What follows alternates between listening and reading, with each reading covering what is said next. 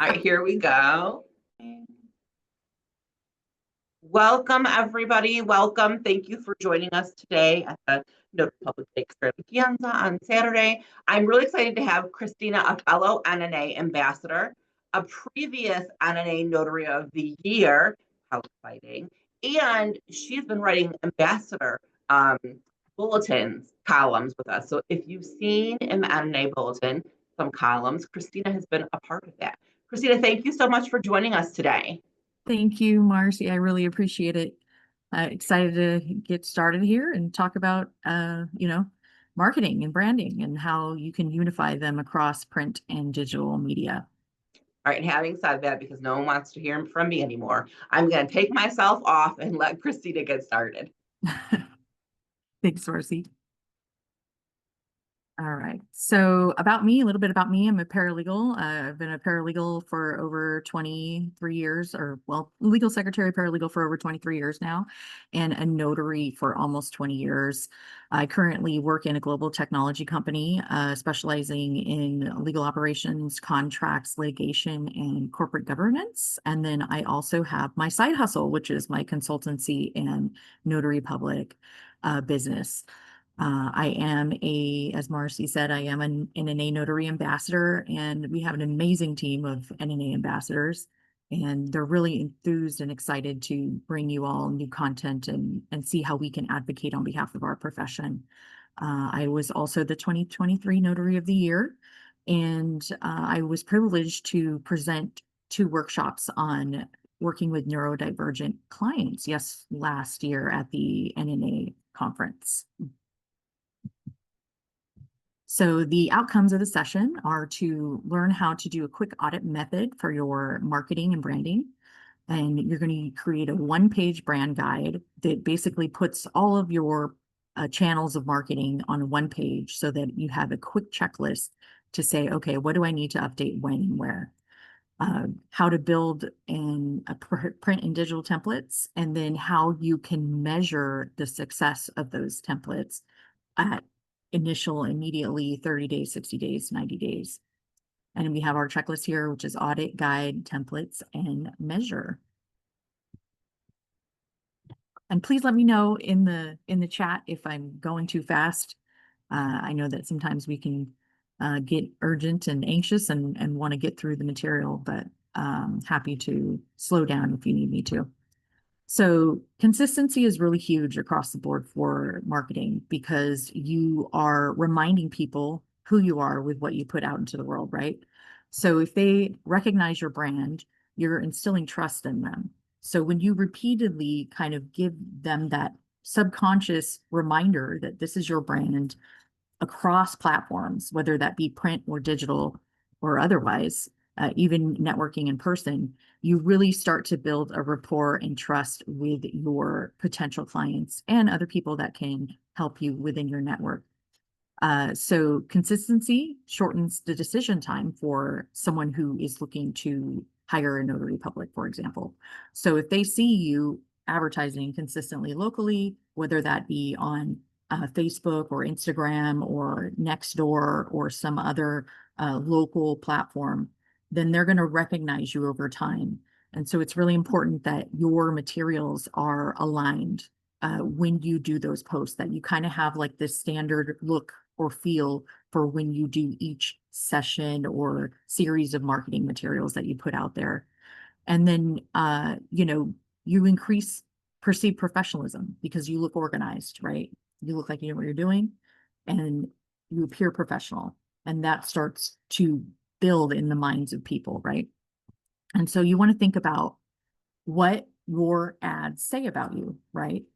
What is it? Is your logo clean? Do you have a method to your madness, right? And when it comes to marketing, what kind of messages are you conveying with your marketing and how you can stand out from other people?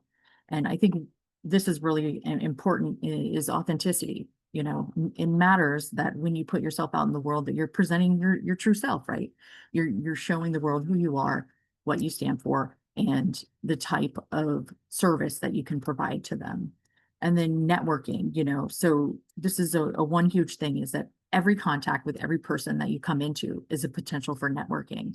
a potential client, a potential source for someone that can refer you to someone else that can become a client, or someone that you could potentially collaborate with.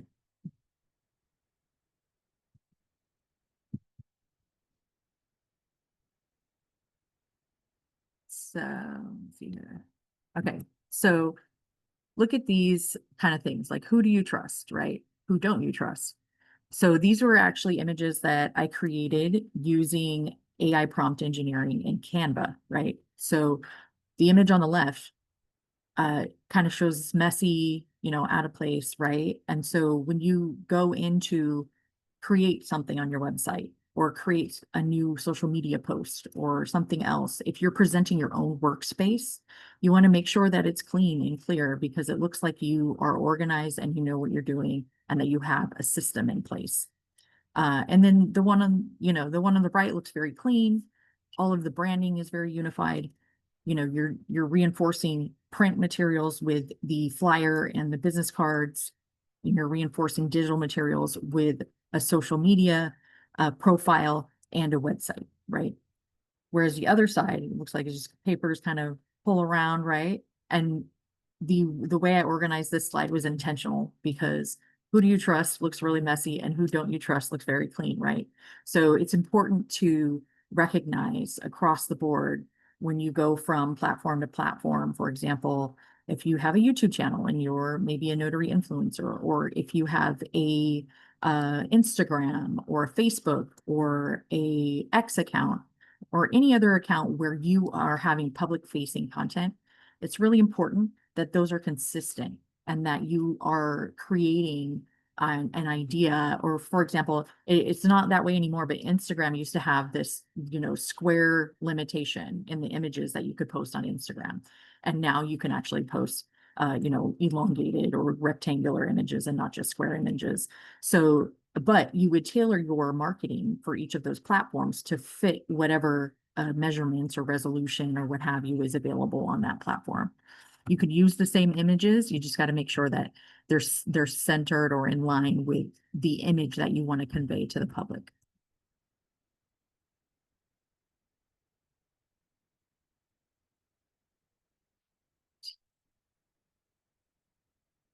Okay, so these are the core elements of a unified notary brand. You have your logo. You want it to be fairly simple and not too complex, because that's going to help you when you go to recreate other marketing materials, but also it just is clear and concise and it, conveys professionalism or, a streamlined and focused nature, right? Colors, brand recognition is very important. Colors can actually mentally reflect emotions in people. And so it's important to think about what kind of colors are going to have the most impact for you as a business person and bring you the most return, right? Personality, values, right? So you can see right here, my logo, this is a logo I also created in Canva. I liked the feather quill kind of idea. It was simple. It's just my name and my title, but the blue and the gold are kind of complement each other. They're warm, they're clean. The logo is clean and professional, right? Typography is really important. You want it to be clean and legible. You don't want to have someone have to read calligraphy when you go to market yourself to potential clients.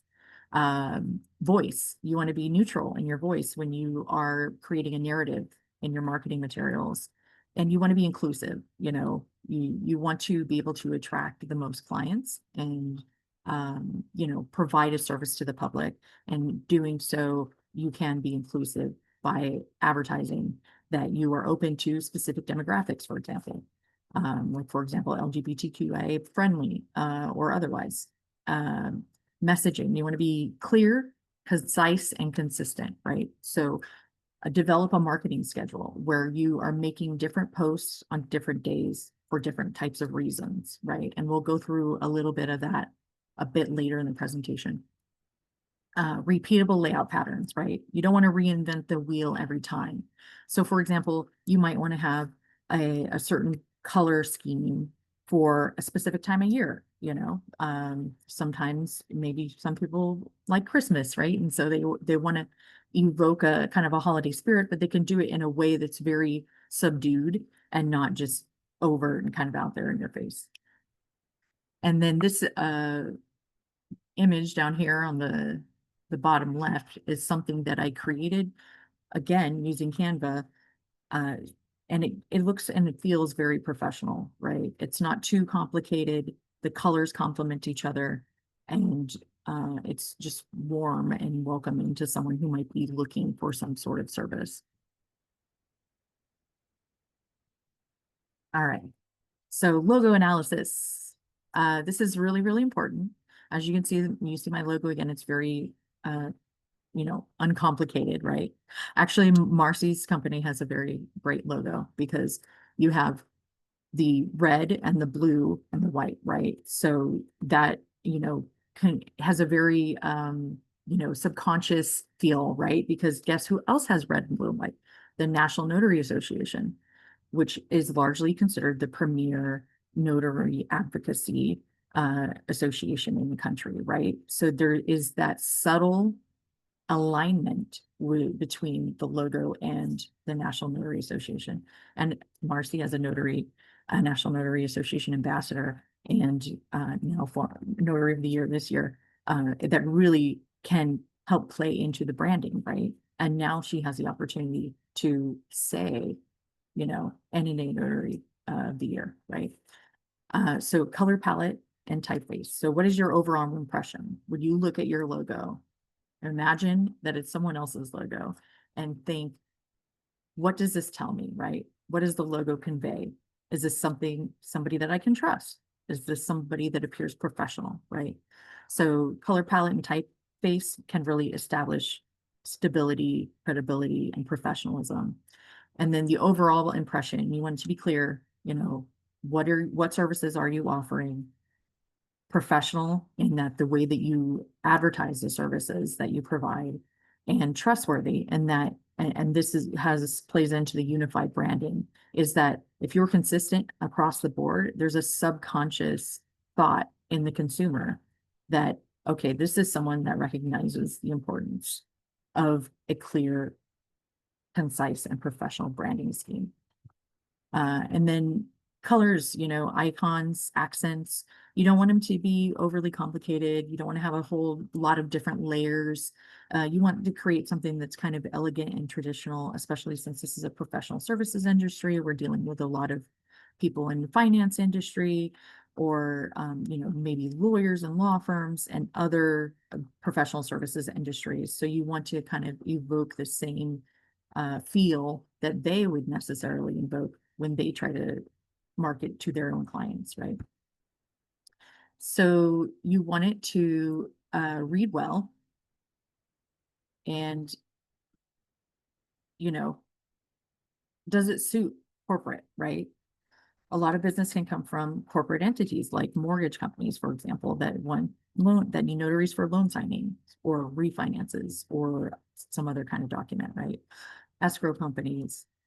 You could have law firms, right? So you want it to be something that's attractive to a wide variety of people and in client-facing contexts, right? Clear, concise. All right. So logo system that scales, right? So we have a kind of a series here of, logos or considerations that you can employ when you're considering creating a logo or when you're revamping an existing logo. You want to have your primary logo, the one that you use on most of your materials. You want to have maybe a couple different versions of your logo that all have the same kind of color scheme, but that can be used for different purposes. You might want to do stickers, for example, or magnets, or maybe a flyer with a QR code, and it could be a quarter sheet flyer or half sheet flyer or full sheet flyer, or maybe you want to put an ad in a newsletter or bulletin, or even the newspaper, right? So you want it to be recognizable when someone sees it again, because again, recognition builds trust. So icons, if you're going to use icons within your logo, you want it to be pretty simple. Now you can see here in the top left, the stamp that appears above Notary Public is a little complicated, right? So if you wanted to make some like very specific marketing materials for yourself, like a tablecloth or shirt or pens, you wanted to pass out pens at a conference or whatever, you know, it might be a little too complicated for the printer to be able to establish it clearly when they go to do that, right? And then you want to be able to have monochrome, right? And then reverse monochrome. So like you would invert the colors, like say you have a logo that's blue and white. You might also want one that's white and blue. And when I say that, I mean blue and white. Blue, it has a heavier presence than white. And then white and blue would be white has a heavier presence than blue. And then minimum clear space. So that, for example, in print, you would want whatever you're printing to not bleed off the edge, right? And so you want to make sure that you have those lines in place for when you go to print, especially if you're doing printing on your own and not through a professional printer. And then how small you can make your logo, right? So you don't want it to be so complicated that you can't put it in smaller spaces, but you can create like a simplified version, for example. All right, so color and typography, right? So this is just a kind of a swatch, a color swatch panel that I created through Canva. And as you can see, you know, AI likes to hallucinate sometimes, but it gives you like these warm tones, right? So different tones that you can use. And you'll see as you move from left to right, that there's kind of a different feel to the color as you move along, right? So for example, for me, I find the blue and the white aesthetically more pleasing than say the pink or the red, where it's just kind of like bold and out there, right? You want to be you know, sympathetic to a consumer, right? Who's really looking to build trust with someone that they're looking for notary services for or otherwise services. So you have primary and secondary palettes. This could be, you know, maybe you have a gradation where your logo moves from a darker to a lighter version of the same color. You want to make sure that their contrast is accessible so that it's recognized, but it's not too, you know, rigid or too stark in differentiation. So it's really, really super important to kind of think about these things and brainstorm. I also wanted to say I put a couple little things throughout this presentation to see if anybody recognized maybe some mistakes or errors in certain content. And so if you are able to recognize that, let me know, and kudos to you towards the end. And then another thing is headline and body pairings, right? So oftentimes you'll see, you know, a headline like a name will be larger than the title of a person on a business card or some other flyer or any other kind of thing like that. So navy is actually a very popular color for professional services industries, and warm accents. So as you saw in my logo, I have the blue, which isn't quite a navy, but it's a bluish color with like a warm gold accent. Um, web safe alternatives, right? So you want to make sure that if you are wanting to create and establish marketing materials in print form, that they are also web friendly, because some fonts are not friendly on the web, and they can kind of overlap, or maybe there isn't a compliant version, you know, with particular platform you're using. You know, so sometimes you'll see this, for example, when you create Adobe PDFs and the font style that you're using in a Word document isn't available in the PDF. So it creates an error when you go to create the PDF. All right.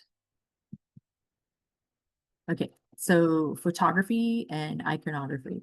So you want to think about the message that you want to convey, right? So I kind of created this graphic here where I could potentially use it on a social media platform if I wanted. It shows me who, you know, my headshot, who I am, right? It shows that I'm a notary public business. It has a stamp that kind of reinforces that notary public business, and then of course the signing, the person reviewing the document for signing.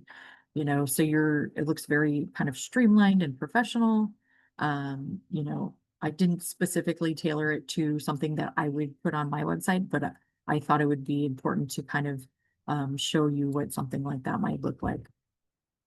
And then one thing that you can do to save money, for example, in your marketing is to look for open source stock photos. And when it's open source, there's different, you know, there's not the stringent like IP licensing process that you have to go through to use the photos, right? So, and you want to make sure that those photos align with your mission, right? As a notary, what are you trying to do? What kind of business are you trying to build? Whether you're a part-time notary or full-time notary, you may want to convey different things, right? You may not want to put yourself out there as much if you have a full-time job versus, you know, doing a notary side hustle and vice versa, right? So you can brainstorm keywords, like the type of you know, things that you want to look for. You know, do you want to get into estate planning packages? Do you want to do loan signing packages or refinance? Or, for example, I had a long-term business where I was doing customs documents for shipments that were going outside the US and into foreign countries, right? You know, so your ideal photos are going to be clean and polished, and they're going to complement those other core elements like the logo and the voice and the messaging. All right. Okay, so messaging and tone. So this is really important because it grabs the person that is reading the content, right? So you want to be not too complicated in your materials. You want to have like a 2-line elevator pitch, right? So your tone, you want to be professional, clear, and reassuring, right?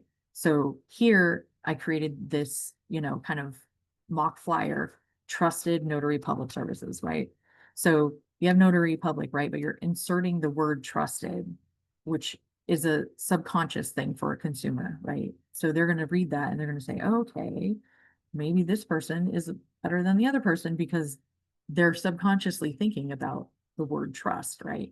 So, you know, you create kind of like a core message for your brand. So trust, accuracy, convenience, for example, can also be all, you know, items or keywords that you use in our marketing.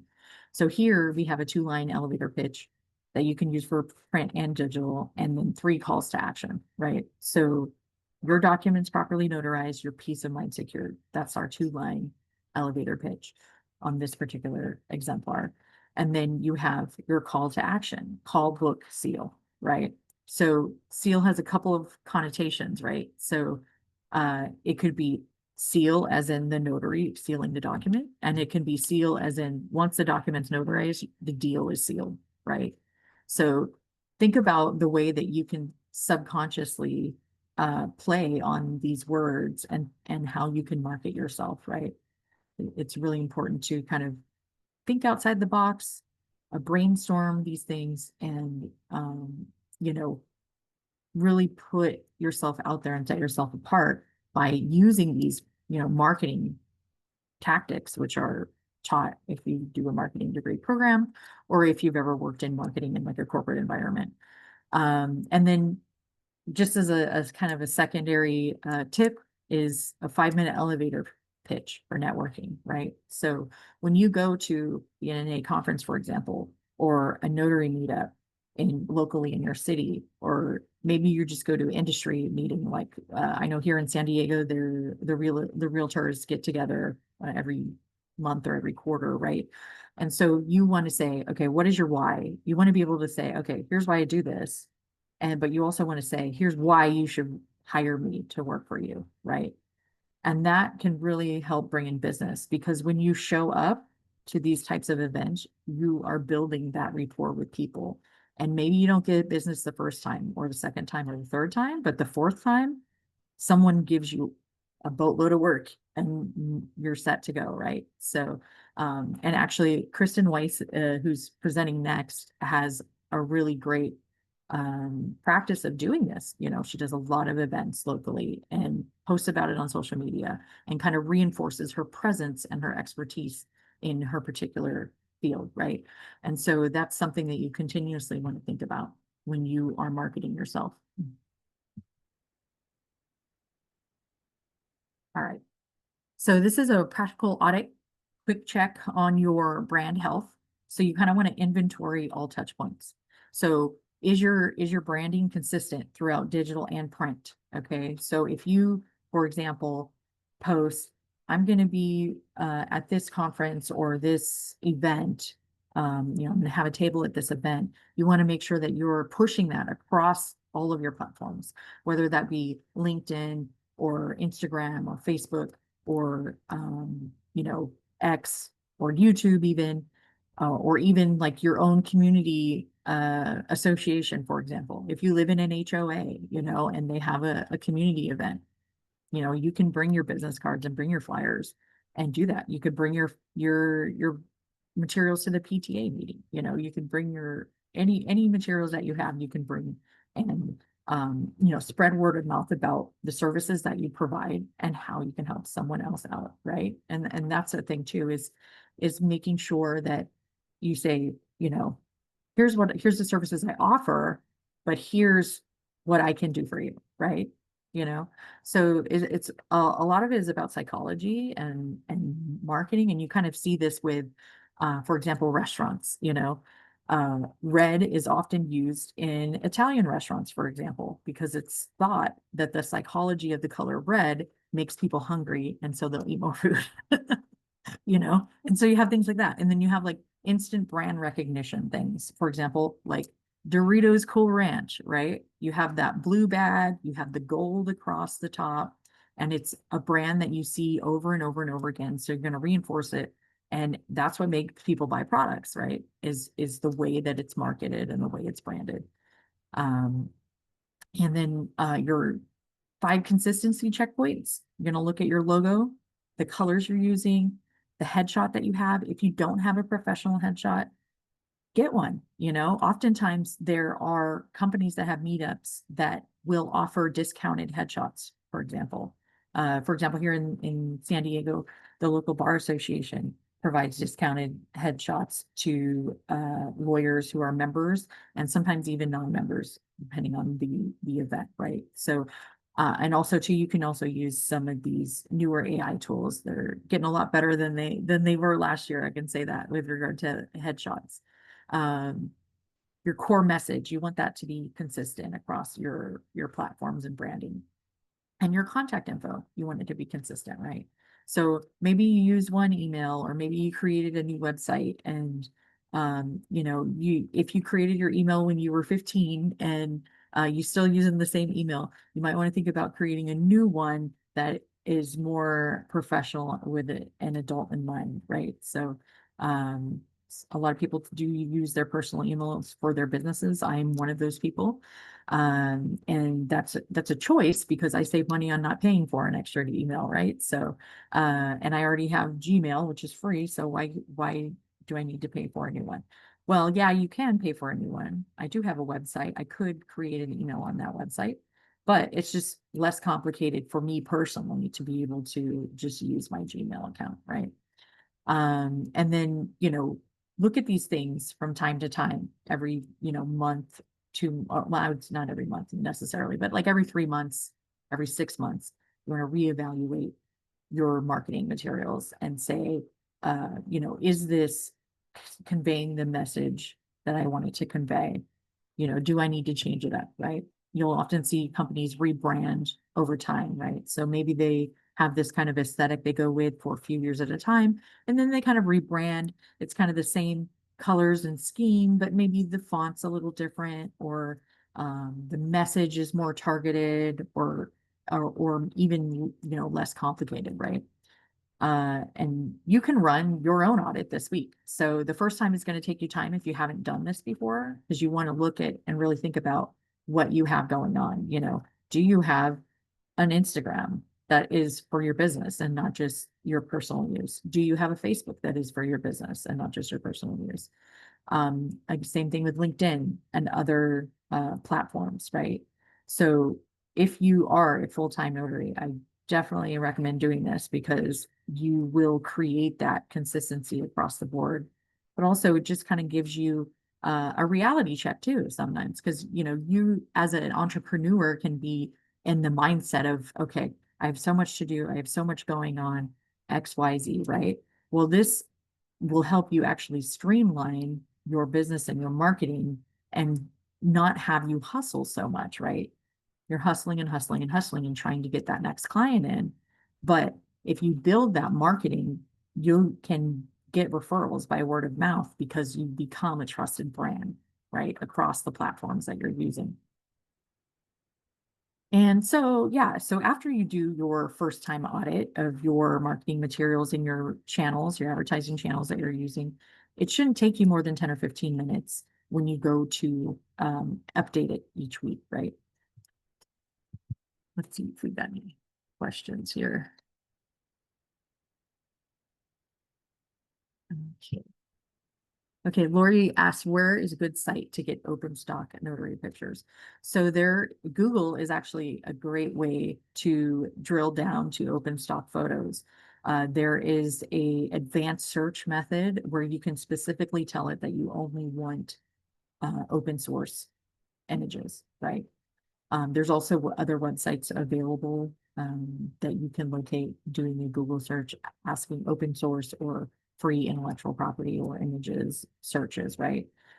Sometimes these are included in subscription packets or subscription packages for softwares that you might use, like, for example, Microsoft Word has image searches you can do. Canva, if you use Canva, they also have open source materials that you can use. If you have a paid subscription, for example, for Canva, you have access to a lot more functionality and tools. And I highly recommend it. That's my subscription is only $15 a month and I use it all the time. Let's see.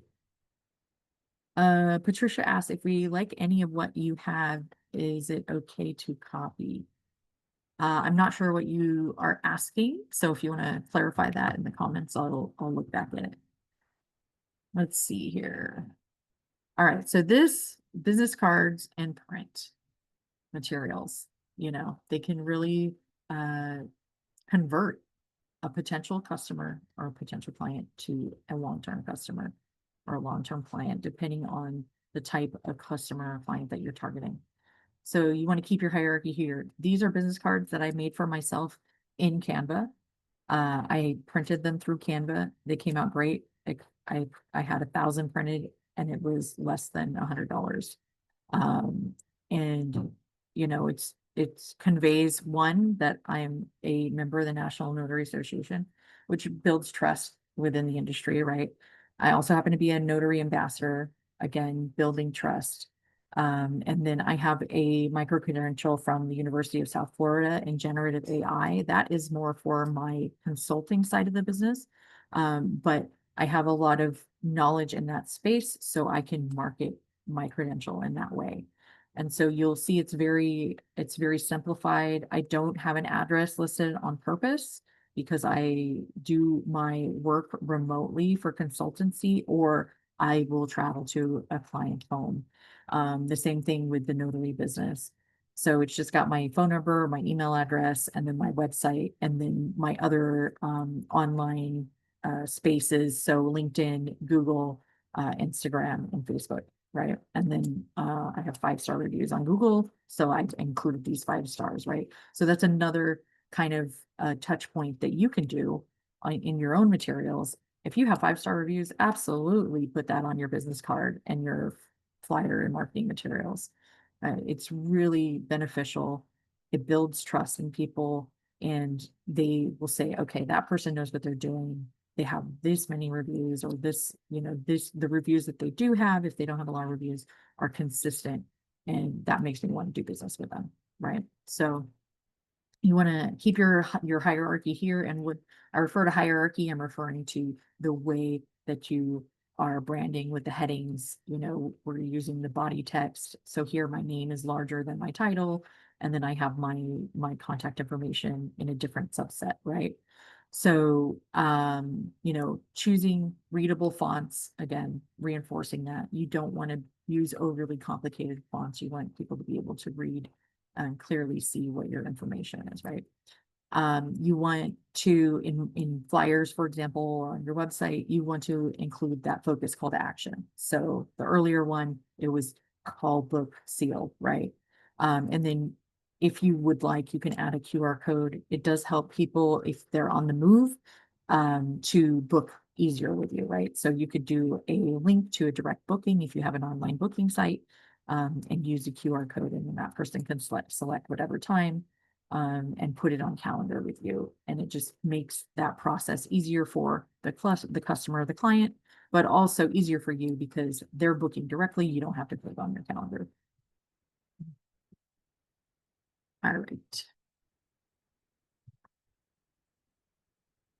Okay. So this is actually taken from a NNA article. Flyers, racks, cards, and local ads. So, you know, you see the image on the right, it's kind of like a bulletin board or a window where flyers are being put up. You can see that there is a logo. It clearly says Notary Public. It says that you know, there's a description, and then there's bullet points about what's offered. And then there's the QR code, right? And then the contact information. So you want to, as a notary, you want to kind of do that same thing in your print materials that you do in your digital. You know, digital, because people tend to scroll through things quickly. You might want to have like a more simplified version. But if you have a print flyer, you can add a little bit more information. You can also make that available digitally and, you know, make it up to the potential client or customer to download it if they want. But you really don't need to, when you have this kind of print available, especially if you have like a simple website or, you know, I think a lot of websites can tend to kind of stuff a lot of information on one page. And I think it's better to simplify it and maybe have 3 things in a row instead of 5 or 6 things in a row. You know, like if you use titles on your website for different types of services you use, because it just makes it easier on the reader to see what it is that you're offering versus, you know, feeling like you're going deep, deep, deep, deep, deep, deep, deep, deep, right? And then like you're reading an essay or something. So yeah, consistent imagery and headline, clear local targeting. You know, if you are working in a specific metro area and there's a specific need in that area for a certain type of notary service, or maybe you work close to a courthouse, or maybe you work close to a downtown area where there's a lot of law firms, you know, you want to target that to whatever demographic that you're searching for. You know, me personally, I had, you know, one of my former managers paid for me to go to notary school or the notary education program through the NNA, you know, almost 20 years ago. And, but we didn't have an exclusivity, you know, deal. So I could notarize outside of work as long as it was outside of work hours. So I actually had an attorney that would call me that was across the street that I would notarize documents for on my lunch hour or after work, for his estate planning clients. So it really kind of just depends on what you're going for and what your availability is. Obviously, if you're a full-time notary, that's not as much of a concern. But if you are a part-time notary, you could really leverage that, you know, for, you know, building business is targeting specific types of customers. And then your measurable response mechanism, your QR code, right? So the QR code is going to, you know, make it easy for people to go to your website or your booking platform, or you can use a promo code, you know, saying 10% off or, you know, new customers, 25% off, whatever, you know, kind of discount or deal that you want to give someone. Or, you know, if someone has a repeat customer, you know, you can give them discounts on, you know, trip charges or mileage, or, you know, if you're printing, if someone's emailing you and you have to print documents, you know, that kind of thing. So the main thing here is to have a clear message, a brief description for the services that you offer, that you're doing bullet points for ease of review, that you have a call to action, that you're saying, because what you're doing by the call to action is you are telling the customer to call you, right? You're telling the customer to call you. You're saying, look at me, here's what I offer, here's what I can do for you, call me. So they're subconsciously receiving that information. Marketing is mental, psychological.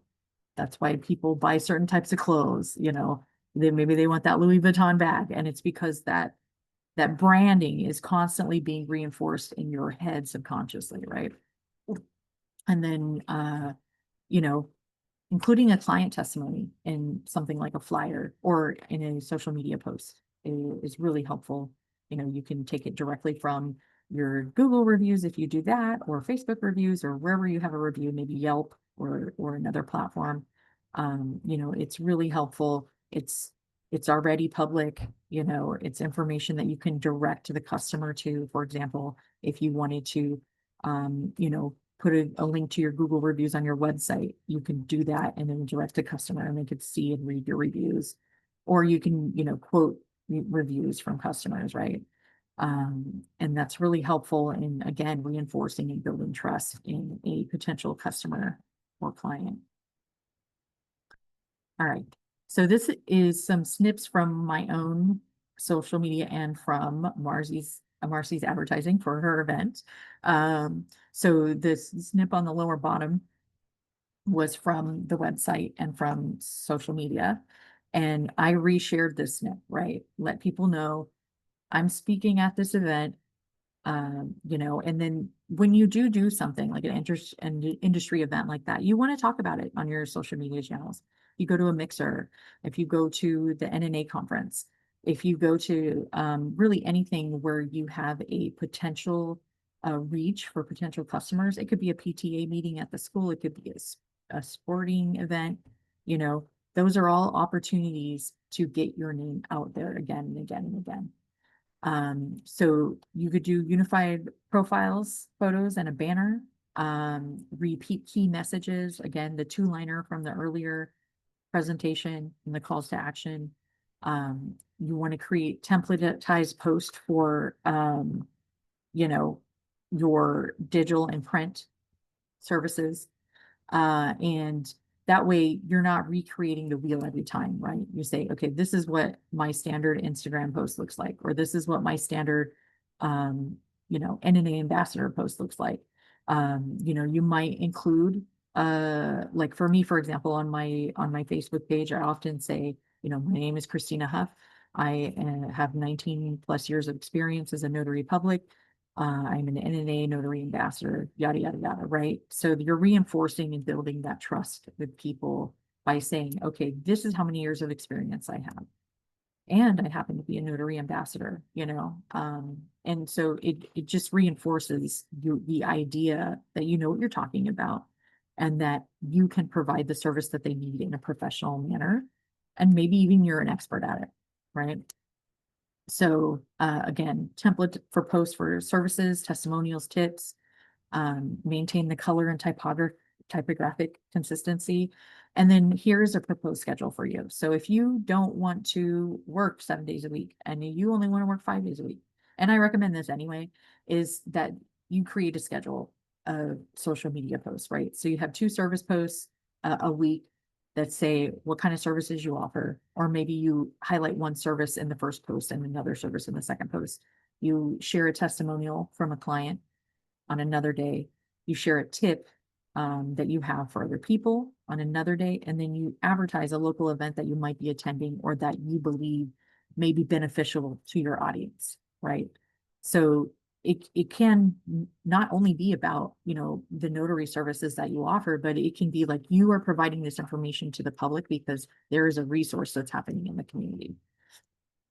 So yeah, so this is an example of an Instagram post on the lower left here, sharing the Notary Ambassador logo, a snip from the Google reviews, and a post from the NNA conference this year. It's a total blast. Can't wait to see it again next year, or go there again next year and also present. And as you build your marketing, plan and continue to build upon it, you're not only supporting yourself personally, but professionally. You're building exposure, you're increasing your network, right? You're casting a wide net. You're creating career security and ultimately upward mobility, right? Because you are continually reinforcing that you are the go-to notary in your community, right? And then that gives you that competitive advantage, which can mean more business. Or, you can find yourself in a position where you're doing presentations, and then you can advertise those presentations. So it's just more reach that you have within your spaces.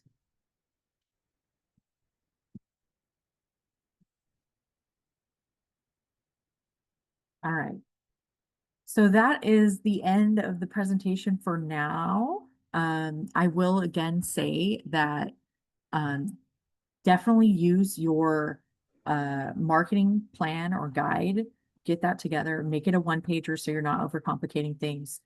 Look at all your social media. What do you have? Maybe you have Facebook, maybe you have Instagram, maybe you have X, a YouTube, maybe you're a notary influencer, you want to make sure that you are consistently posting on all of those platforms. And maybe you don't have time to, but I do recommend that you do it on at least 3 platforms, because chances are that if someone's not on one, they're going to be on another one. And that's a potential lead to a new customer or a new client or someone that you can collaborate with in the industry to help further your notary career and business, right? So please let me know if you have any questions, if you want to drop them in the chat, or let me know. Yeah, thank you so much, Christina. Somebody wants to know, when you advertise yourself on flyers, do you use I or do you use we? So that really depends, right? So, if you are a notary business of more than one person, for example, and only one of you is going to present at the NNA conference or presenting at this Notary Public Day Extravaganza, you might want to say I, or you might want to say something like, we are so thrilled to announce that our CEO or our principal consultant or our, so-and-so Notary Public is presenting at this conference, right? And so it really just depends on what your goal is for your particular business. And because when you say we, that gives the idea that there's more than one of you, right? And then when you say I, you're focusing on what you do individually, right? So it really just depends on what the goals are for your particular business. I tend to say I in most of my posts just because I do this as a side hustle. So I don't want to give the idea that I'm some big, organization, right? And that's also why I choose to do business under my name and not like a business name, right? So, and also too, there's less expenses when I do it that way. I don't have to do corporate filing, I don't have to do corporate taxes. It's just a profit and loss statement, Schedule C, and I don't need to worry about all of that other stuff, right? So it just really depends on what your goal is as a notary and how you want to present yourself. That's a good point. I think I'll tell a funny story. When I first started, I used to use we, and I don't know why I used we. I just used we. It was just me. And a friend's mom said to me, Marcy, who is we? You always use we. Who's we? And I was like, me, myself, and I. And it made it.